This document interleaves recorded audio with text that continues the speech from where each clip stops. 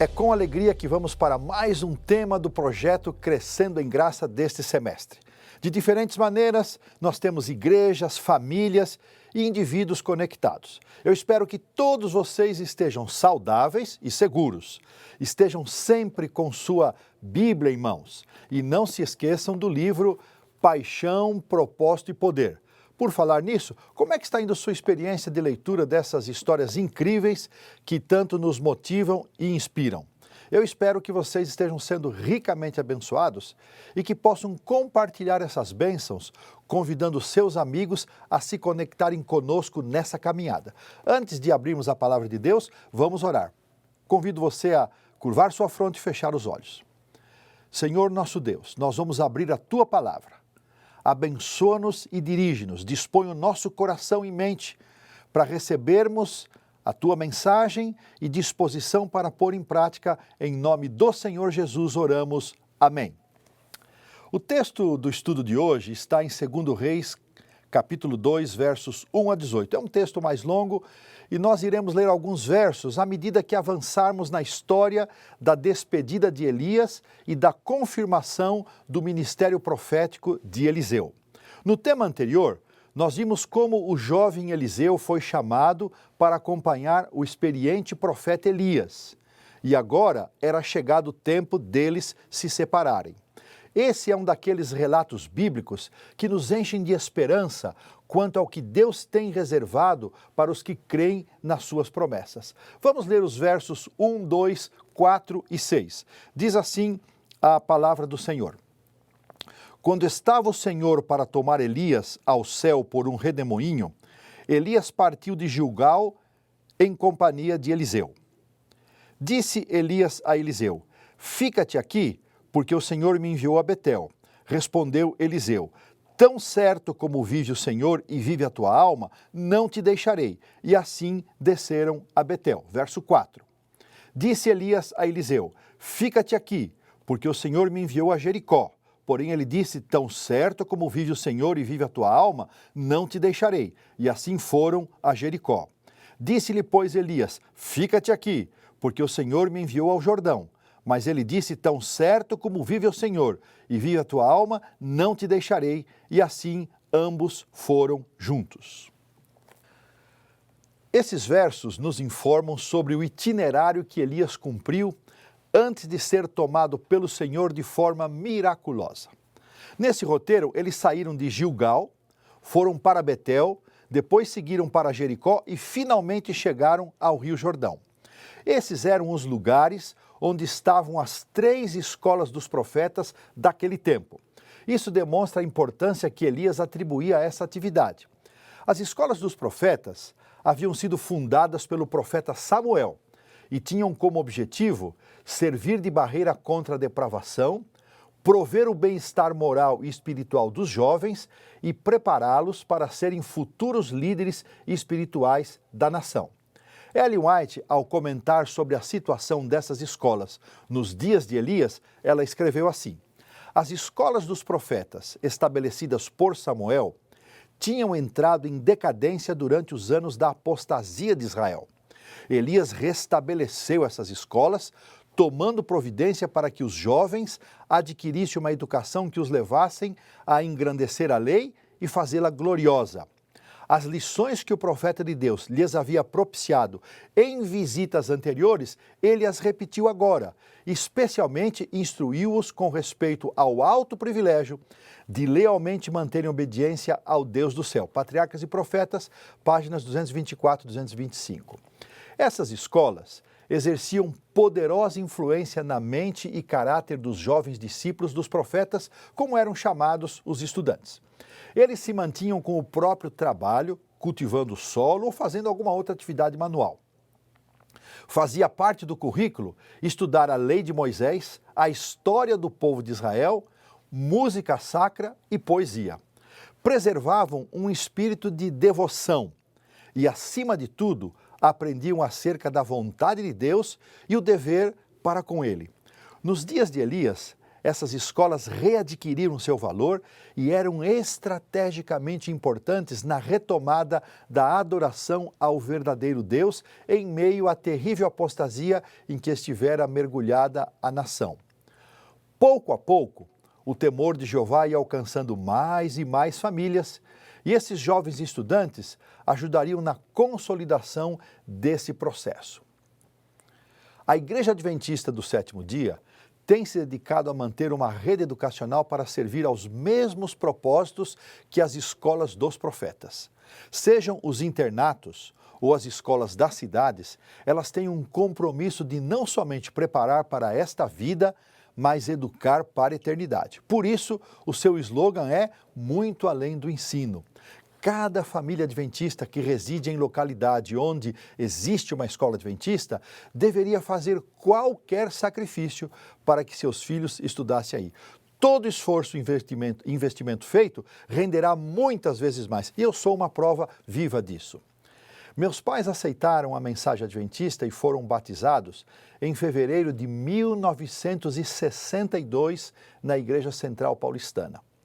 Em 1967, meu irmão mais velho terminou o antigo primário e tinha que ir para o ginásio, hoje chamados de ensino fundamental. Quando meu pai foi matricular meu irmão, viu tanta coisa desagradável que voltou decidido a não colocar seu filho numa escola daquele tipo. Nós morávamos num bairro da periferia de São Paulo, em uma casa nova que havia sido recém-construída. Meu pai foi tapeceiro a vida toda e seu ganha-pão vinha de uma oficina de tapeçaria que funcionava junto da nossa casa. Ele fazia e reformava móveis, estofados, sofás, poltronas. Ele e minha mãe tomaram uma decisão que impactaria a nossa vida para sempre. Decidiram mudar de São Paulo e ir morar perto de um dos nossos colégios, o IASP, hoje o NASP Hortolândia. Nós fomos morar numa casa alugada, velha, sem forro. Não havia trabalho para o meu pai ali e por muitos anos ele teve que ir toda semana para São Paulo trabalhar na sua oficina. Não foram anos fáceis, mas cada esforço valeu a pena. Hoje meu irmão e eu e toda a nossa casa estamos firmes na igreja. Muitas vezes eu me perguntei o que teria sido de nossa vida se tivéssemos permanecido em São Paulo. É muito difícil saber, mas uma coisa é certa, serei eternamente grato a meus pais pelo sacrifício que fizeram para que eu e meu irmão estudássemos numa escola adventista. Eu deixo hoje aqui 2 apelos. Pais, façam qualquer sacrifício para que seus filhos estudem numa escola adventista.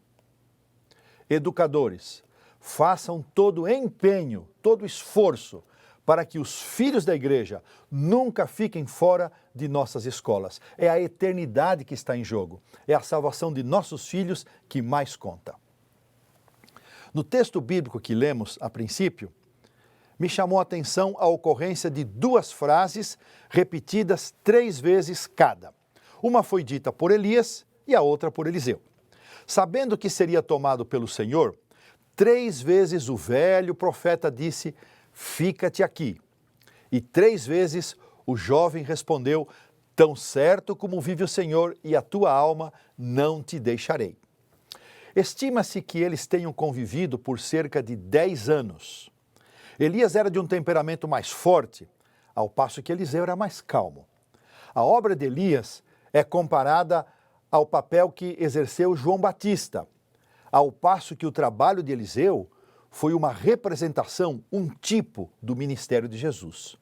Embora fossem de gerações diferentes e personalidades opostas, isso não impediu que pudessem andar juntos e cooperar um com o outro no trabalho do Senhor.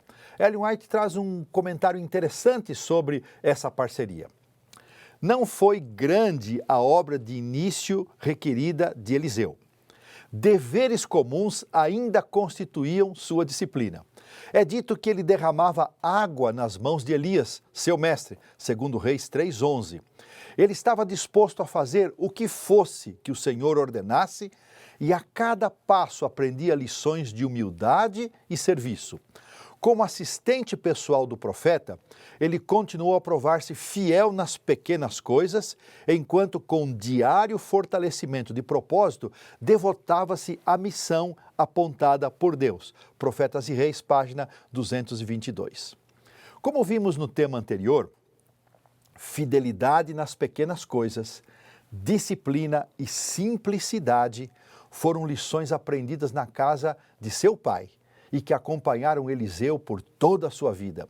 O comentário adventista vê nas palavras "fica-te aqui" um teste de confirmação do chamado de Eliseu. Ao terminar a obra de Elias, voltaria Eliseu para a casa de seu pai ou assumiria a função de sucessor do profeta? Seguramente, se ele tivesse permanecido em Gilgal ou Betel, deixando de acompanhar Elias até o fim, como era seu dever, essa confirmação não teria ocorrido.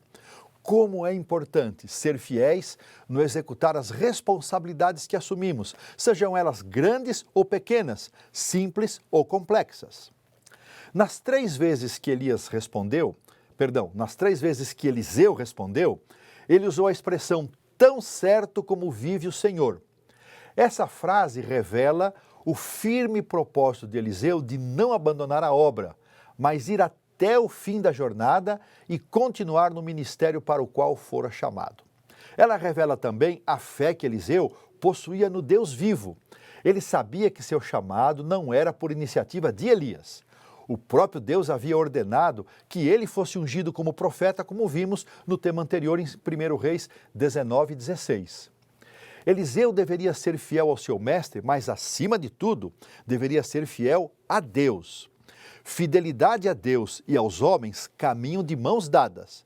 Mas quando as relações humanas ameaçam a soberania divina, a declaração de Pedro passa a ser a regra dominante.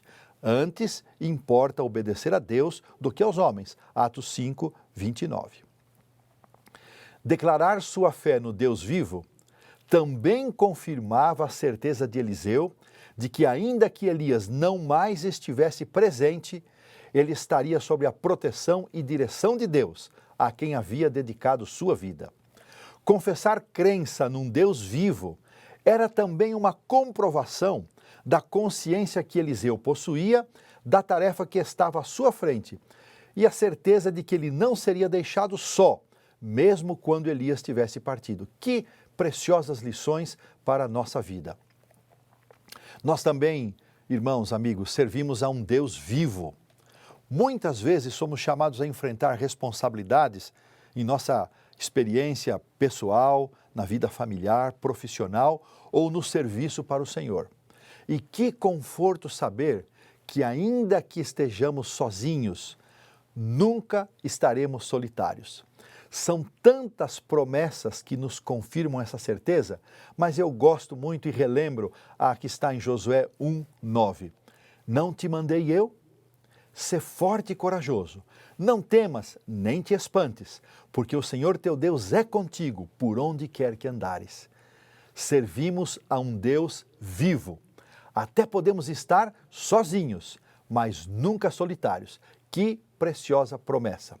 Vamos ler agora os versos 9 e 10 de 2 Reis 2. Havendo eles passado, Elias disse a Eliseu: pede-me o que queres que eu te faça antes que seja tomado de ti. Disse Eliseu: peço-te que me toque por herança, porção dobrada do teu espírito. Tornou-lhe Elias: dura coisa pediste. Todavia, se me vires quando for tomado de ti, assim se fará. Porém, se não vires, não se fará. Quando Elias estava prestes a se retirar, ele deu a Eliseu o privilégio de pedir o que estava em seu coração. Eliseu poderia ter pedido favores temporais, mas não foi isso que pediu. O que ele mais queria era continuar a mesma obra que Elias, no mesmo espírito e poder. Por isso, necessitava da graça e ajuda do mesmo Espírito que havia dirigido o profeta em tudo. A expressão porção dobrada não significa que Eliseu estava pedindo o dobro do poder de Elias. Ele não desejava mais do que havia sido dado ao idoso profeta, nem posição mais elevada ou mais habilidades. A expressão porção dobrada é a mesma utilizada em Deuteronômio 21:17, que denota a porção da propriedade que um pai deveria dar a seu filho mais velho. O que Eliseu estava pedindo era que ele fosse considerado e tratado como o filho primogênito do profeta, o que significava ser reconhecido como legítimo continuador da obra de Elias. O pedido de Eliseu se assemelha muito ao pedido que fez Salomão, e esses exemplos nos fazem pensar a respeito das coisas que pedimos a Deus em oração. O que realmente desejamos para a nossa vida? O que mais queremos está relacionado ao serviço do Senhor, à causa de nosso Deus? Em sua resposta, Elias reconheceu que o pedido feito por Eliseu era muito difícil para ele poder atender. Mas certamente não era para Deus. Não cabia ao profeta designar seu sucessor. Essa era uma competência divina. Deus dirige igualmente as coisas de sua igreja, mesmo quando parece que os homens têm o controle. É um grande erro querer controlar e dominar as escolhas de líderes, seja na igreja local ou nas sedes administrativas e instituições da organização. O melhor é confiar que Deus cuida do que lhe pertence. Mas o profeta deixou claro para Eliseu que se ele visse Elias sendo tomado, essa seria uma prova de que seu pedido seria aceito. O relato bíblico descreve assim o que aconteceu em 2 Reis 2, 9 a 11. Então Elias tomou o seu manto, enrolou-o e feriu as águas, as quais se dividiram para as duas bandas e passaram ambos em seco. Indo eles andando e falando, eis que um carro de fogo com cavalos de fogo os separou um do outro, e Elias subiu ao céu num redemoinho. O manto de Elias havia se tornado emblema de seu ofício profético. Esse mesmo manto havia sido lançado sobre Eliseu para simbolizar o chamado dele ao ministério. Enrolando o manto, Elias feriu as águas do rio Jordão, como Moisés ferira o Nilo com seu cajado e depois o Mar Vermelho. Esse milagre era uma poderosa confirmação de que o Deus que tirara Israel do Egito estava pronto a continuar manifestando seu amor e cuidado por Israel. No verso 7, nós lemos que 50 estudantes também acompanharam os dois profetas, mas pararam antes de atravessar o Jordão. Os carros de Deus eram os anjos. O Salmo 68, 17 diz que os carros de Deus são 20.000, são milhares de milhares, numa clara referência aos anjos. Cavalos e carros são usados frequentemente na Bíblia como símbolos de poder, de glória e majestade, com os quais o Senhor aniquila os inimigos e protege o seu povo. Essa subida extraordinária de Elias para o céu, envolto por anjos, sem passar pela morte, faz dele um tipo dos santos que viverão nos últimos dias e serão trasladados sem ver a morte. A estes representava Elias no Monte da Transfiguração, ao passo que Moisés representava aqueles que, estando mortos, ressuscitarão para a vida eterna. A referência ao redemoinho é mais um indicador do poder de Deus. O Senhor, do meio de um redemoinho, respondeu a Jó, lemos em Jó 38:1. Elias realizou uma grande obra e recebeu uma recompensa gloriosa. Elias honrou a Deus e Deus também o honrou, não lhe permitindo ir para a sepultura, mas levando-o diretamente para o céu. Nem sempre Deus age dessa maneira, mas foi assim com Elias.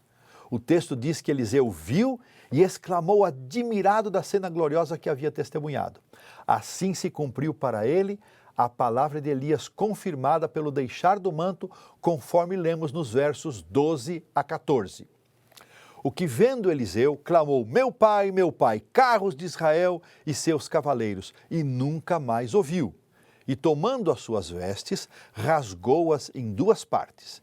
E então levantou o manto que Elias lhe deixara cair e, voltando-se, pôs à borda do Jordão. Tomou o manto que Elias lhe deixara cair e feriu as águas e disse, onde está o Senhor de Elias? E quando feriu as águas, elas se dividiram para uma e outra banda, e Eliseu passou. O manto foi deixado a Eliseu como um legado do profeta mais idoso e como um indicador de que ele devia assumir as responsabilidades de liderança até então exercidas por Elias. Ao chegar de volta ao Jordão, Do outro lado da margem, ainda estavam ali os 50 discípulos da escola dos profetas, que provavelmente não testemunharam o arrebatamento glorioso de Elias. Então, com o rasgar de suas vestes, Eliseu não queria indicar tristeza, mas que dali em diante usaria não mais sua túnica, mas o manto de Elias, que simbolizava a confirmação do seu chamado. A invocação do nome de Deus por Eliseu não indicava incerteza ou dúvidas do profeta, mas confirmava sua fé de que o mesmo Deus que estivera com Elias seria com ele também. O que Deus havia feito por Elias e por intermédio dele, Eliseu esperava agora que o Senhor fizesse por ele. Eliseu clamou cheio de fé e com o manto que fora de Elias e agora lhe pertencia, feriu as águas do Jordão e o Senhor lhe respondeu, abrindo as águas e permitindo que ele atravessasse o rio em seco. Os discípulos viram essa incrível cena e acreditaram que Eliseu realmente havia recebido o espírito de Elias e estava apto a dar continuidade à obra do profeta. Eles o receberam e o respeitaram como seu novo líder. Assim como havia acontecido com Josué, que passou pelo Jordão em seco e teve sua liderança confirmada diante do povo, Eliseu passou pela mesma experiência diante daqueles discípulos e confirmou-se como novo líder. Dentre os pioneiros adventistas, há um que, resguardadas as devidas proporções, se assemelha a Eliseu, especialmente nas virtudes da fidelidade às pequenas coisas, na disciplina e na simplicidade. Refiro-me a John Andrews, cuja história vamos recordar. Ela está no capítulo 7 do livro Paixão, Propósito e Poder, que tem sido uma grande fonte de inspiração para todos nós. John Nevis Andrews aceitou a Jesus como seu Salvador em fevereiro de 1843 e alguns anos depois começou a observar o sábado.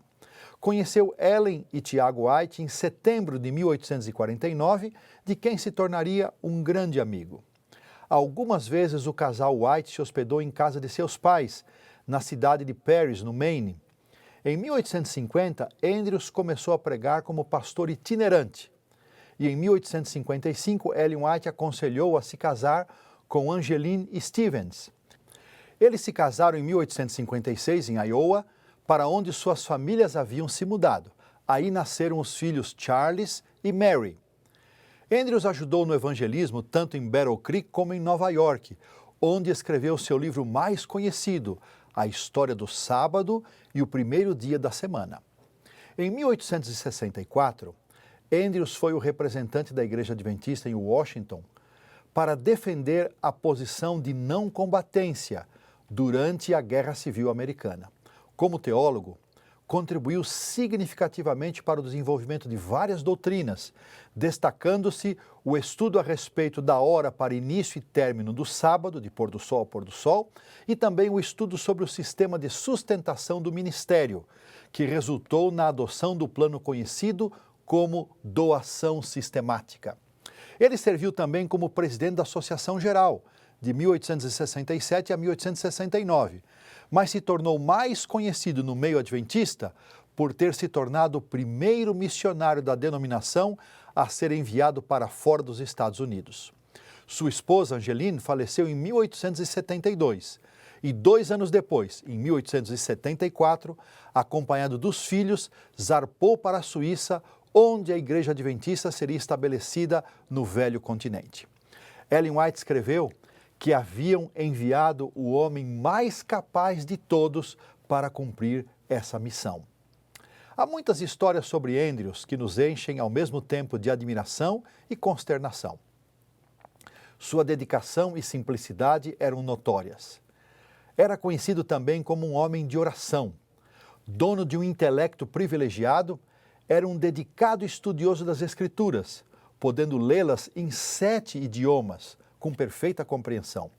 Podia recitar o Novo Testamento de cor, palavra por palavra. Os desafios de estabelecer a igreja na Europa eram enormes. Começaram publicando a revista Les Signes, Os Sinais, cujo custo saiu mais caro do que haviam planejado. Muitas vezes, Andrews usou seus próprios recursos, que não eram muitos, para fazer face às muitas despesas, sacrificando-se em extremo para o avanço da causa. As remessas demoravam muito a chegar, deixando muitas vezes ele e os seus familiares e amigos em sofrida penúria. Um duro golpe, do qual Andrews nunca se recuperou, foi a morte de sua amada filha Mary, em 1878, a quem ele considerava seu braço direito no processo editorial do periódico em francês. Andrews respeitava tanto as finanças da igreja que, ao voltar aos Estados Unidos para participar de reuniões da Associação Geral, pediu permissão para levar sua filha a fim de ser tratada no sanatório de Battle Creek, mas fez questão de custear dos próprios recursos todas as despesas. Infelizmente, ela morreu 2 meses depois de terem voltado para os Estados Unidos.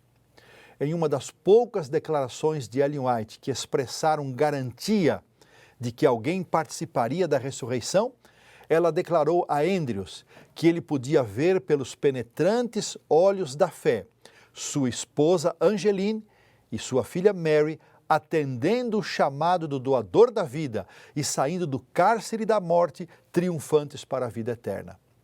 Em seu incessante cuidado pela filha e recusando-se a sair do lado dela, Andrews também contraiu tuberculose. Daí para frente, sua vida, seu vigor e alegria foram declinando pouco a pouco, até ser tragado pela morte em 1883. Há muitos aspectos emocionantes da vida de Andrews que você pode conferir no livro Paixão, Propósito e Poder, no capítulo 7. É a história contada com maior riqueza de detalhes e a mais longa biografia do livro.